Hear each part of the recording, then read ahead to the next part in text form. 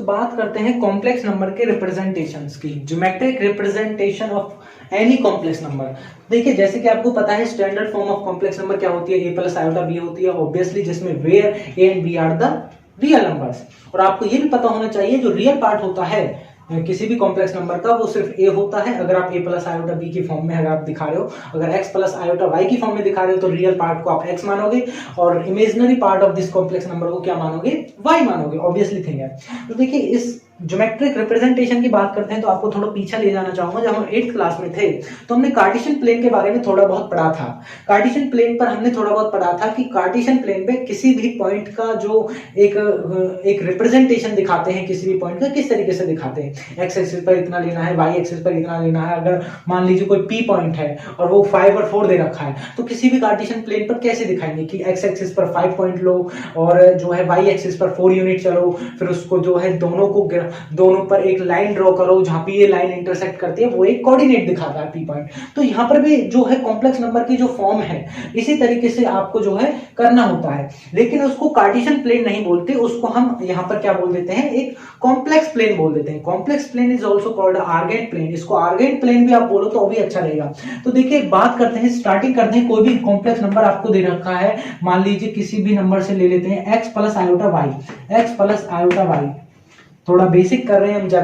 Generally form जो होती है एक्स प्लस आयोटा वाई होती है, ठीक है जी। अब इसका मीनिंग क्या है कि एक्स और वाई को हमने क्या है एक आर्गेंट प्लेन पर दिखाया, आर्गेंट प्लेन, ठीक है जी। Argand plane as like a Cartesian plane, लेकिन यहाँ पर हम पहले क्या बोलते थे, this is a x axis and this is a y axis, लेकिन आर्गेंट प्लेन में इस तरीके से नहीं बोलना है। आर्गेंट प्लेन में दिस इज अ ओरिजिन, जो कि कार्टेशियन प्लेन में भी होता है। एक्स एक्सिस को आर्गेंट प्लेन में क्या बोला जाता है, रियल एक्सिस बोला जाता है। दिस इज वन, जो कि ये है रियल पार्ट, ठीक है जी। और जो इमेजिनरी होता है, इमेजिनरी जो मीनिंग वाई एक्सिस होता है उसको क्या बोलते हैं, इमेजिनरी एक्सिस बोलते हैं। तो यहां पर क्या बोलेंगे, इसको रियल एक्सिस, रियल एक्सिस, और इसको क्या बोलेंगे, इमेजिनरी एक्सिस, इमेजिनरी एक्सिस, ठीक है जी।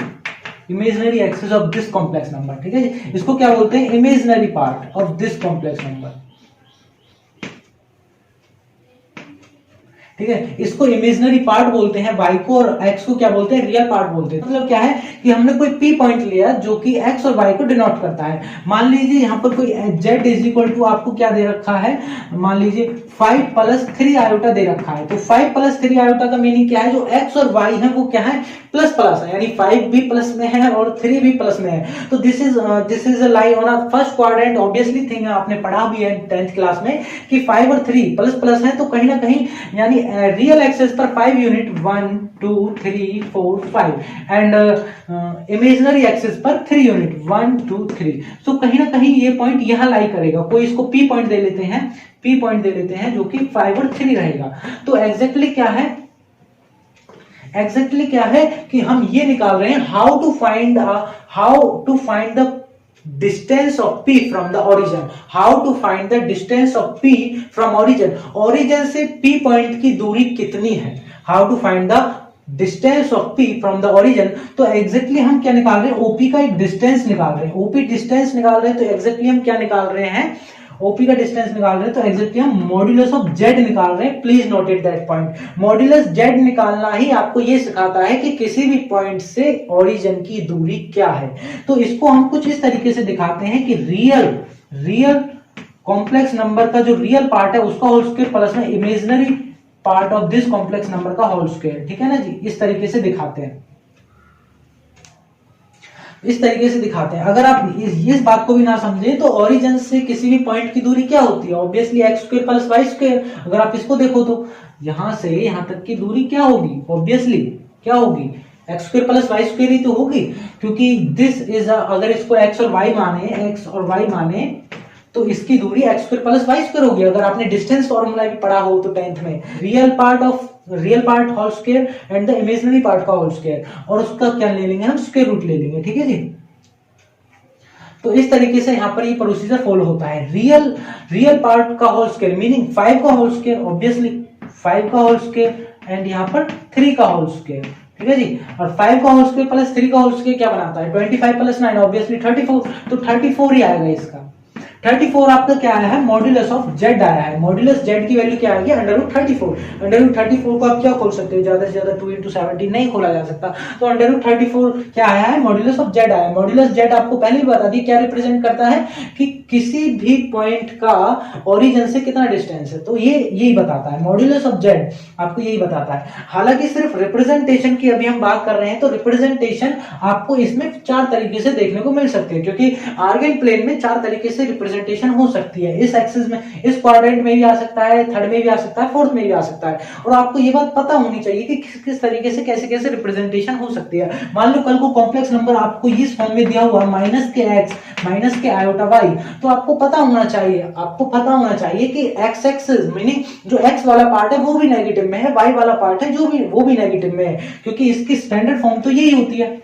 तो x वाला पार्ट भी यहाँ पर माइनस का x है, मीनिंग माइनस का जो है नंबर है, और y भी माइनस का नंबर है, तो माइनस माइनस कहाँ लाई करता है, ऑब्वियसली कहाँ लाई करता है, आपको पता होना चाहिए, थर्ड क्वाड्रेंट में लाई करता है। इधर भी माइनस, इधर भी minus, so this complex numbers lies on the third quadrant. तो वहां पर आप इस तरीके से इसको रिप्रेजेंटेशन करोगे। और अगर आप मॉड्यूलस ऑफ जेड निकाल रहे हो उस पॉइंट से ओरिजिन की दूरी, तो आपको इस तरीके से भी फॉर्मूला लगाना पड़ेगा, under the root real part का होल स्क्वायर प्लस में इमेजिनरी पार्ट का होल स्क्वायर। ऑब्वियसली अगर आप डिस्टेंस फ्रॉम द ओरिजिन से भी अगर आप समझो, तो डिस्टेंस फ्रॉम द ओरिजिन भी यही होता है, x² + y²। ठीक है, इसको नोट करके इसके बाद बहुत ही जो है इंपॉर्टेंट टॉपिक डिस्कस करेंगे, मॉड्यूलस, प्रॉपर्टीज ऑफ मॉड्यूलस, क्या क्या प्रॉपर्टीज है मॉड्यूलस की। सो इसको नोट कर लें।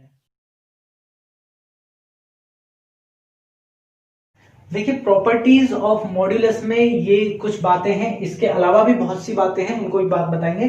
देखिए, Z1 × Z2 का अगर मॉड्यूलस आपको दिया हुआ है, दो complex number meaning Z1 and Z2 are 2 complex numbers, अगर उनका मल्टीप्लीकेशन आपको दिया हुआ है और उसका मॉड्यूलस निकालने को बोलता है, तो इसका मतलब आप इसको डिफरेंट तरीके से कर सकते हैं। मतलब इसका Z1 का मॉड निकाल दीजिए, फिर Z2 का मॉड निकाल दीजिए, फिर उसका मल्टीप्लीकेशन कर दीजिए। हालांकि इसका आप मल्टीप्लीकेशन करोगे फिर उसका मॉड निकालोगे, ऐसा तो कर लोगे, लेकिन इससे जब आप करोगे तो ये आपको एक इजी बना देता है इस तरीके को। अगर आप Z1 / Z2 का मॉड निकाल रहे हो, हालांकि रैशनलाइजिंग करके आप मॉड तो निकाल दोगे, रैशनलाइजिंग करके एक कॉम्प्लेक्स नंबर की फॉर्म में आ जाएगा, उसका आप मॉड निकाल दोगे, x² + y²। किस तरीके से निकलता है मॉड्यूलस, ये तो आपको पता ही है, लेकिन आप इसको और सिंप्लीफिकेशन कर सकते हो। कैसे कि इसको डिस्ट्रीब्यूट कर सकते हो, आपको Z1 का मॉड अपॉन में Z2 का मॉड, इस तरीके से भी इसको लिखा जा सकता है। ठीक है ना, Z1 का मॉड अलग से डिफरेंट और इसका अलग से Z2 का मॉड। और Z की पावर n, इसको ध्यान से देखें, ये काफी ज्यादा बहुत ही ज्यादा इंपॉर्टेंट है, इसको वेरी इंपॉर्टेंट नोट कर लें, वेरी इंपॉर्टेंट। ठीक है, तो Z की पावर n यानी कॉम्प्लेक्स नंबर की पावर में कोई भी n आ जाए, n belongs to real number, n belongs to here real number. तो Z की पावर n का अगर आप मॉड्यूलस निकाल लो, तो आप ऑब्वियसली सिर्फ Z का निकाल दो, n तो इसके ऊपर रहेगा ही रहेगा। ऊपर बाद में अगर आपको Z की पावर मान लीजिए कुछ इस तरीके का 4 + 5 आयोटा की पावर 100 दे रखा है, तो आप सिर्फ 4 + 5 आयोटा का मॉड निकाल दो, पावर में है उसको बाहर निकाल दो, सिर्फ आपने इतना ध्यान रखना है। और देखिए n × Z आ गया, n बिलोंग्स टू n। देखिए यहाँ पर n जो है कभी 0 नहीं हो सकता, n is greater than 0, n is greater than 0, equal भी नहीं हो सकता, n is not equals to 0, n is always greater than 0। अगर n इक्वल हो गया तो इसे 0 बना देगा, तो n यहाँ पर जो है ग्रेटर देन 0 होना चाहिए। ठीक है ना, ये बात एक भी आप ध्यान रखें। इसको कैसे कर सकते हो, n को बाहर फेंको, सिर्फ Z का मॉड निकाल दो। This is the basic things जो आपको पता होनी चाहिए, इसको नोट कर ले। ठीक है ना, ये 4 बातें हैं, इसके अलावा भी बहुत सी बातें हैं, उनको भी हम बताएंगे। सो देखिए, प्रॉपर्टीज में ये भी आते हैं, ये 5th प्रॉपर्टी, ये 6th प्रॉपर्टी। देखिए, छोटी मोटी बातें जो आपको टिप्सों पे होनी चाहिए, वो आपसे क्वेश्चन में ये बोल सकता है, अगर भाई साहब मॉड्यूलस Z के बराबर हो गया, तो Z के बारे में आपका क्या कहना है। अगर आपको मॉड्यूलस Z -Z दिख गया, तो Z के बारे में आप क्या कहोगे। अब एक बात बताओ, अब इसमें क्या मतलब समझ में आ रहा है आपको इसमें क्या मतलब समझ में आ रहा है, आपको ये मतलब समझ में आ रहा है ना, सॉरी। अगर कोई a + i b का मॉड्यूलस क्या है a + i b है, ये बात ही तो समझ में आ रही है।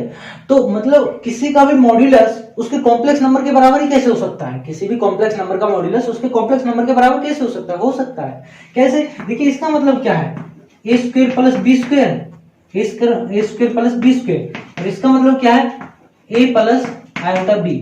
अगर मैं यहाँ पर b को 0 रख दूं, ध्यान से देखो, बी को अगर 0 रख दूं तो बचेगा क्या, यहां पर ए स्क्वायर प्लस में b square is equal to a, तो यहां पर बी स्क्वायर 0 हो जाएगा, तो इसका मतलब simple a is equal to a. तो इस बात से हमें ये बात पता चलती है कि वहां पर b जो होगा, वहां पर b जो होगा वो 0 होगा, मीनिंग एग्जैक्टली वहां पर जो इमेजिनरी पार्ट होगा वो क्या होगा, 0 होगा। तो this is a positive real number, this is a positive real number, तो a इज इक्वल टू ए हो सकता है, ठीक है ना। इसी कंडीशन में भी ऐसा ही होगा, वहां पर जो होगा b तो 0 होगा, लेकिन ये a वाला पार्ट जो है वो नेगेटिव आएगा।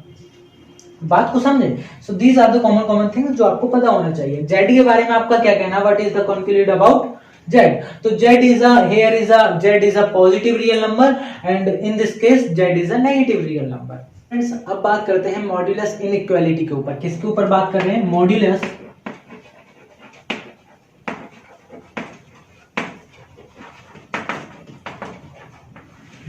इनइक्वालिटी है कि जब दो कॉम्प्लेक्स नंबर्स का एडिशन करते हैं तो उनको हम क्या मतलब कैसे रिप्रेजेंट करें और कैसे जो है हम इसका आंसर निकालें। हालांकि आप निकाल दोगे, आई नो, बट इसका आप इस तरीके से सोचो तो निकाल सकते हो, बिल्कुल ठीक है। आप जो सोच रहे हो बिल्कुल गलत सोच रहे हो, इस तरीके से नहीं निकाल सकते। मॉडर्न इनइक्वालिटी की बात कर रहे हैं तो ये सिंबल आएगा। आप खुद से सोचो, Z1 प्लस Z2 का अगर आप आर्गन प्लेन पर दिखाते हो और मान लो कोई Z1 कोई पॉइंट यहां है, ये कोई Z1 है, ठीक है जी, और ये कोई पॉइंट Z2 है। ध्यान से समझना इस बात को, ये कोई पॉइंट Z1 है और ये कोई पॉइंट Z2 है, तो इसी के पैरेलल में इसी के सेम डिस्टेंस पे एक और बात ले लेता हूं, यहां पर कोई Z2 है।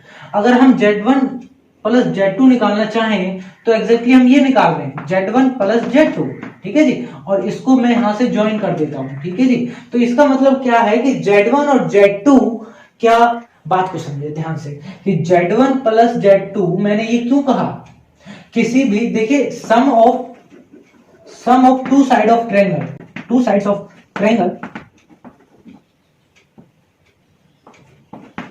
Is greater than third side.